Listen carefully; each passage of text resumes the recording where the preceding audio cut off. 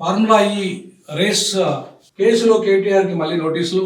ఈసారి ఎట్టి పరిస్థితుల్లో ఆయనను ఛార్జ్షీట్ దాఖలు చేసి ఆయనను అరెస్ట్ చేయాలని చెప్పేసి ఏసీబీ చాలా కుట్ర చేస్తుందని చెప్పేసి ఇవాళ ఆరోపణలు చేస్తున్నారు. మా వర్కింగ్ ప్రెసిడెంట్ కి నోటీసులు ఇస్తారా? మన వాళ్ళ డాడీకి నోటీసులు ఇచ్చినందుకు మొత్తం తెలంగాణకే నోటీసులు ఇచ్చినట్టుగా చెప్పిన ఇవాళ కవిత అది తెలంగాణ ప్రజలందరికీ ఇచ్చినట్టుగా కేటీఆర్కి ఇస్తే మాత్రం మా వర్కింగ్ ప్రెసిడెంట్ కి ఇస్తారా? అది కుట్ర, రాజకీయ కుట్ర అంటున్నారు. ఇది రాజకీయ కుట్రనా కాదా అని చెప్పేసి మనం పరిశీలిస్తే ఖచ్చితంగా ఇది రాజకీయ కుట్ర కాదని అనాలి. ఎందుకంటే హెచ్ఎండిఏ నుంచి ఏదైతే 155 కోట్ల చెల్లింపు యూకే ఫార్ములా ఈఎన్ఎస్ ఆపరేషన్స్ పోయినాయో బ్రిటిష్ పౌండ్ల రూపంలో చెల్లించడం జరిగింది. అయితే బ్రిటిష్ పౌండ్ల రూపంలో 46 కోట్లు అది రిజర్వ్ బ్యాంక్ అనుమతి లేకుండా ఎట్లా మార్గదర్శనలకు విరుద్ధంగా ఎట్లా అది పోయింది, దానివల్ల 8 కోట్ల రూపాయల జెండామా మన హెచ్ఎండిఏ చెల్లించాల్సి వచ్చింది. కాబట్టి ఈ దీంట్లో ఖచ్చితంగా ఫెమా ఉల్లంఘన జరిగింది అనేది అది వీళ్ళ ఆరోపణ, ఏసీబీ ఆరోపణ.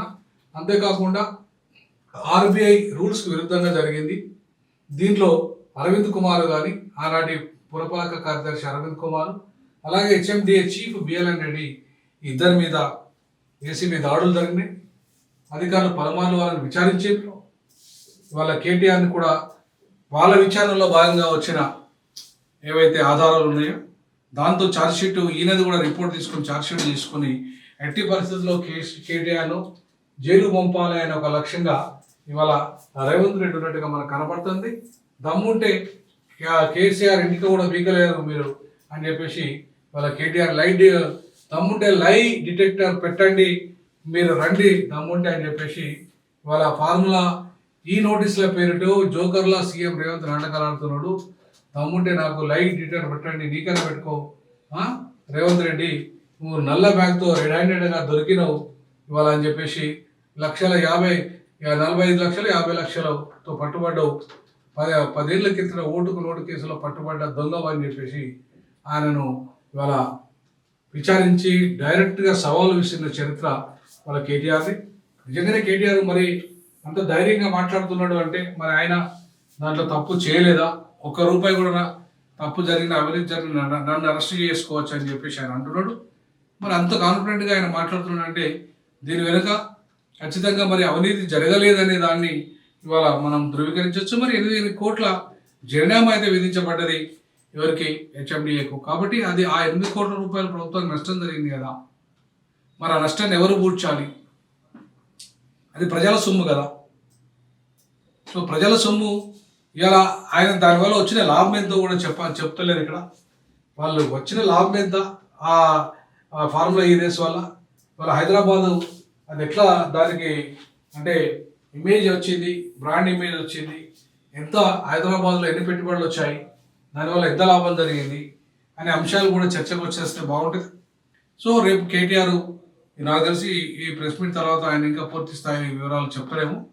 సో గతంలో కూడా చెప్పడం జరిగింది ఆయన. ఇప్పుడు కూడా సవాలు విసురుతున్నాడు, నా ఇంటికి కూడా బీగలేరు మీరు, కేసీఆర్ ఇంటికి కూడా బీగలేరు, దమ్ముంటే లైట్ డిటెక్టర్ పెట్టండి, నువ్వు అర్థంగా నేనా తేలిపోతా అని చెప్పేసి ఆయన అంత ధైర్యంగా సవాలు విసురుతున్నాడంటే ఆయన ఈ విషయంలో ఆయనకు కాన్ఫిడెంట్ ఉందేమో, ఆయన తప్పు చేయలేదేమో అనే సందేహాలు కూడా కొన్ని వస్తున్నాయి. బట్ ఏది ఏమైనా విచారణ అనేది సుప్రీంకోర్టు కూడా చెప్పింది, హైకోర్టు కూడా చెప్పింది, నువ్వు విచారణను ఎదుర్కోవాల్సిందే. నీ మీద ఆరోపణలు వచ్చినప్పుడు దాన్ని నిరూపించుకోవాలి. నువ్వు నిజంగా నీతిమంతుడివా కాదా, దాంట్లో అవినీతి చేసినవా చేయలేదా అని చెప్పేసి నిరూపించుకోవాల్సిన బాధ్యత కేటీఆర్ మీద ఉంది. ఖచ్చితంగా మన అమెరికా పోయాడు కాబట్టి ఆయన వెళ్ళలేకపోయాడు. ఇప్పుడు అమెరికా నుండి ఇప్పుడు వెళ్ళేది లేదు కాబట్టి ఇవాళ ఆయన తప్పకుండా వెళ్ళాల్సి వస్తుంది. వాళ్ళ ఈ నెల 16న ఉదయం 10 గంటలకు రండి అని చెప్పేసి ఎక్కడైతే చెప్పారో ఖచ్చితంగా వెళ్ళాల్సి వస్తుంది. మొన్న వాళ్ళ డాడీ విచారణ ఎదుర్కొన్నాడు, ఈయన కూడా విచారణ ఎదుర్కొంటాడు. సో విచారణ సంస్థలకి ఎవరు అతిథులుగా చట్టం ఉందని చెప్పేసి ఇవాళ చట్టం చెప్తుంది.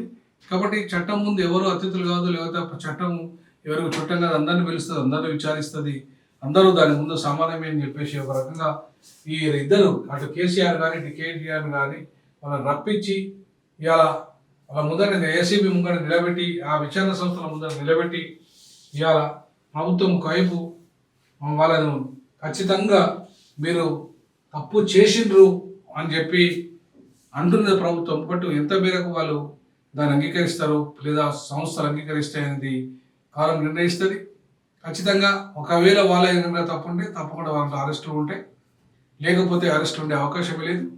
సో ఇవాళ ఏది ఏమైనప్పటికీ కూడా ఈ రాజకీయ డ్రామా కేవలం వాళ్ళ డైవర్ట్ చేయడానికే. ఏది 6 గ్యారంటీలు 420 హామీలు ఏవైతే అమలు చేయలేక డైవర్ట్ పాలిటిక్స్ చేస్తూ ప్రజల దగ్గర ఇవాళ బేవకూఫు విధానాలు అవలంబిస్తూ ఇవాళ మా పేరుతో డ్రామాలు ఆడుతున్నాడు ఇవాళ అని చెప్పేసి అటు హరీష్ రావు కానీ ఇది రాజకీయ కక్షే అని చెప్పి హరీష్ రావు కానీ అటు కవిత కానీ అంటున్నది. ఇవాళ ఆయన కూడా అంటున్నాడు డైరెక్ట్గా, ఎస్ మీరు నేను ఏ విచారణకైనా సిద్ధం, నేను లాయర్ డిటర్కైనా సిద్ధం అని చెప్పేసి అంటున్నాడు కేటీఆర్.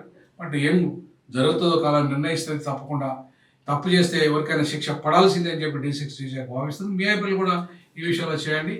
ఖచ్చితంగా కేసీఆర్ జైలుకు వెళ్ళనున్నాడు ఆ ఫార్ములా ఈ కేసులో లేదా అనే విషయాన్ని మీరు కూడా మీ కామెంట్ రూపంలో తెలియజేయండి. జై భీమ్, జై పూలే, జై పెరియార్.